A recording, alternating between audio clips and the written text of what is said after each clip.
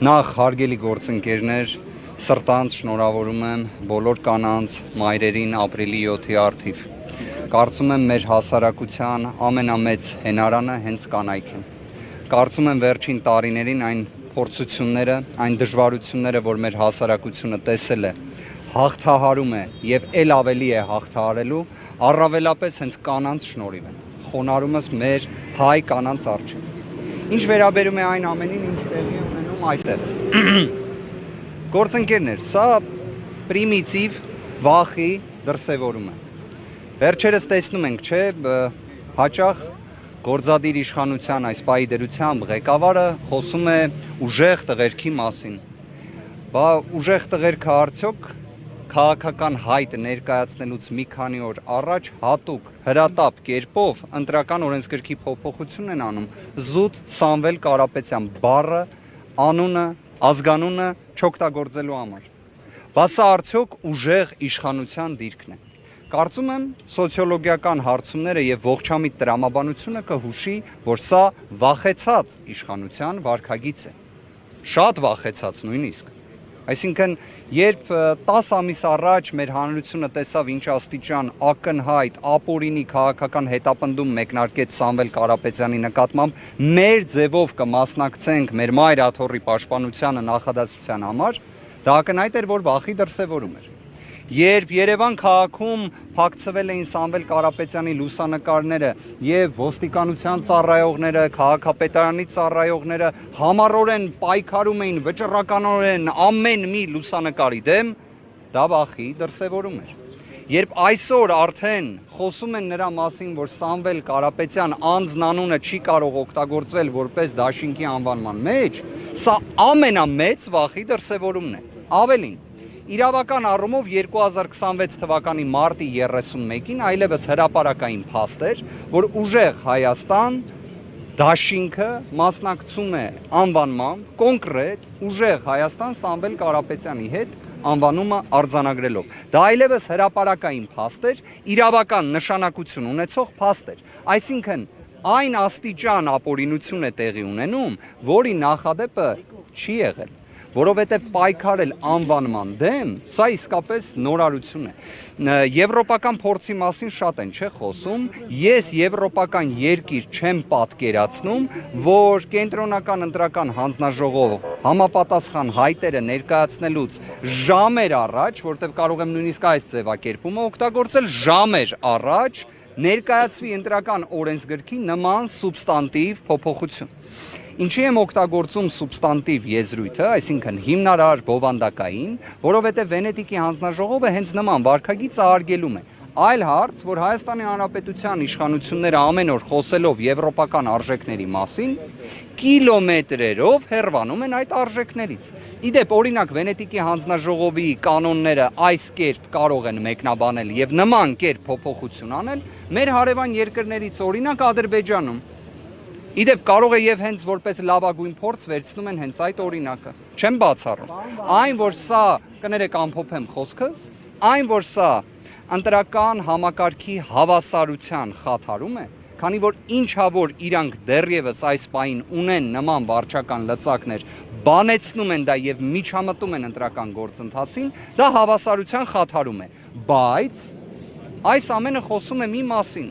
որ փոփոխությունները գալիս են։ Փոփոխությունները գալիս են Սամվել Կարապետյանի հետ, փոփոխությունները գալիս են ուժեղ Հայաստան դաշինքի հետ, անձնանունից կվախենան, թե չեն վախենա, Քավլիցի, մի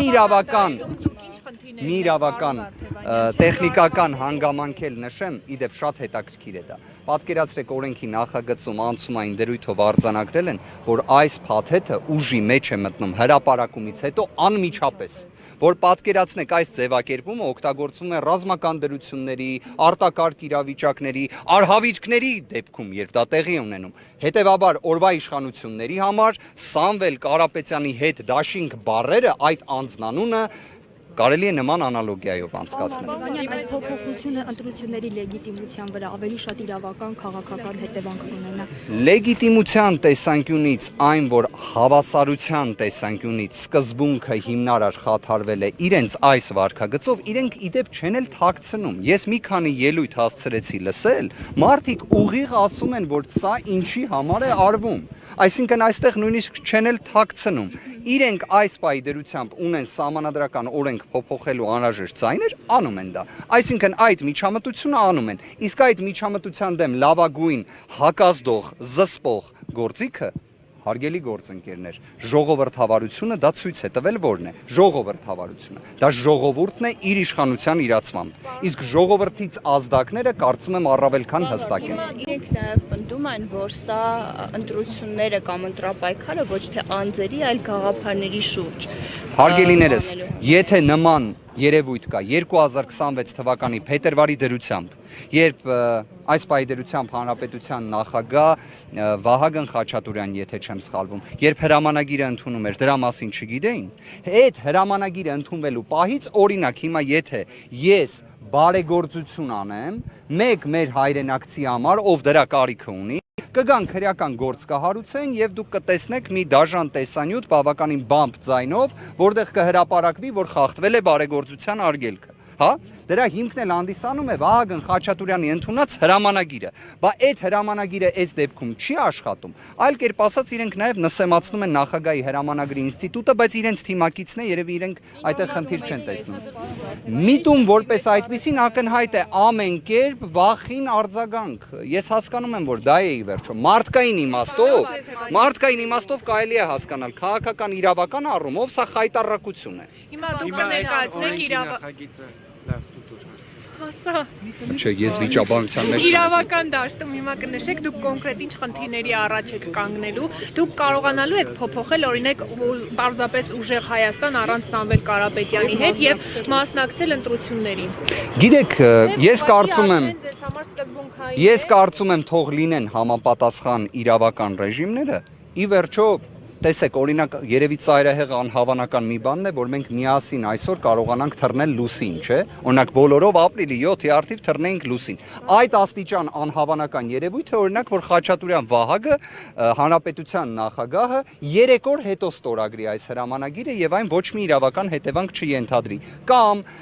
կենտրոնական ընտրական հանձնաժողովը առաջնորդվի այն օրինականության կանխավարկածով, որ հետադարձ ուժի արգելք կա, վատթարացնող նորմ կա, մարտի 31-ից այլևս այս դաշինքը փաստ է եւ այլն։ Սենց անհավանական երևույթները, որոնք 0.1%-ի տրամաբանությամբ են, բայց հնարավոր է, չէ՞, գոյություն ունենան։ Եկեք այդ փոքր ժամանակը սպասենք, այնուհետև հստակ դիրքորոշումը կներկայացնենք։ Կընդունվեն։ Ինչպես ինչ անվանումով է դաշինքը մասնակցելու եւ մեկ էլ մի հարց, հա, պարոն Վարդանյան, տեսնում ենք, որ ուժեղ Հայաստան Սամվել Կարապետյանի հետ դաշինքը Սամվել Կարապետյանի հենց լուսանկարով է ներկայացում համացանցում, այլ տեղերում։ Հնարավոր է, որ այս փոփոխություններով նաեւ լուսանկարը որպեսզի չանձնավորվի,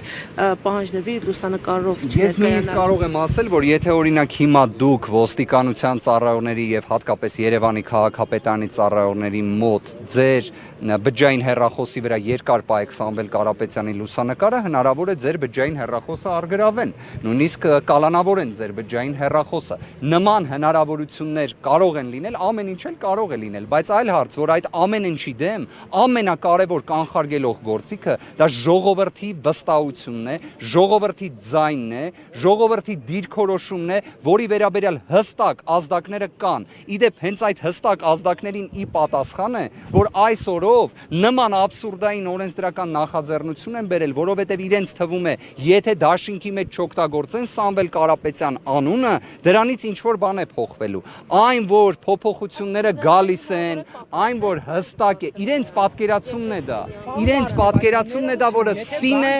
եւ ամեն ինչի արդյունք է կազմակերպել։ Գիտեք, իրավիճակը հետեւյալն է։ Տեսեք, ի վերջո մենք ունենք ընտրական օրենսդրության սկզբունքներ, չէ՞։ Հավասարության սկզբունք։ Դա իրենից ենթադրում է, որ չի կարելի անել ապօրինություն։ Ապօրինությունը անում են, դրա վերաբերյալ գնահատականը տալիս ենք։ Ավելին, քաղաքական որոշումը իրավական հետևանք ներկայացնող կայացրել էինք։